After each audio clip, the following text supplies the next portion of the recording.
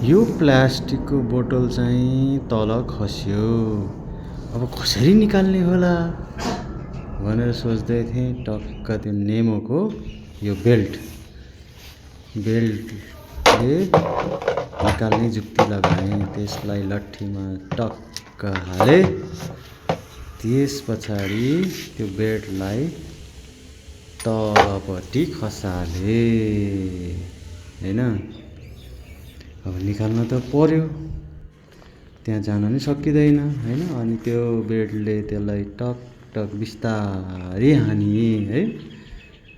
हो कसरी निकाल्दो रहेछ हेर्नु है त, हेर्नु है। एकदम खतरा ट्रिक छ यो निकाल्ने है। खतरा ट्रिक छ है, खतरा ट्रिक है यो निकाल्ने। यस्तो गाह्रो बल्ल बल्ल बल्ल बल्ल बल्ल बल्ल निकाल्यो। हेर्दै जानु है कसरी निस्किँदो रहेछ। हेर्दै जानु है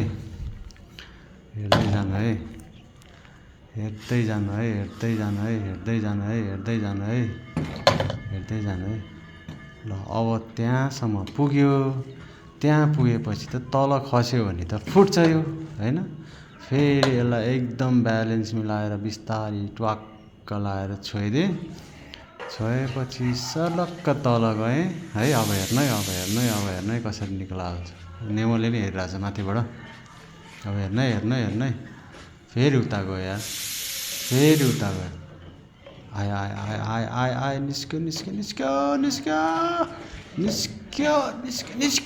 ओ ला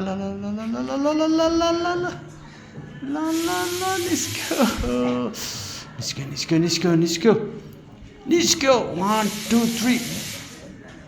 2 3 go. 1 2 3 go. Yes, finally निस्क्यो।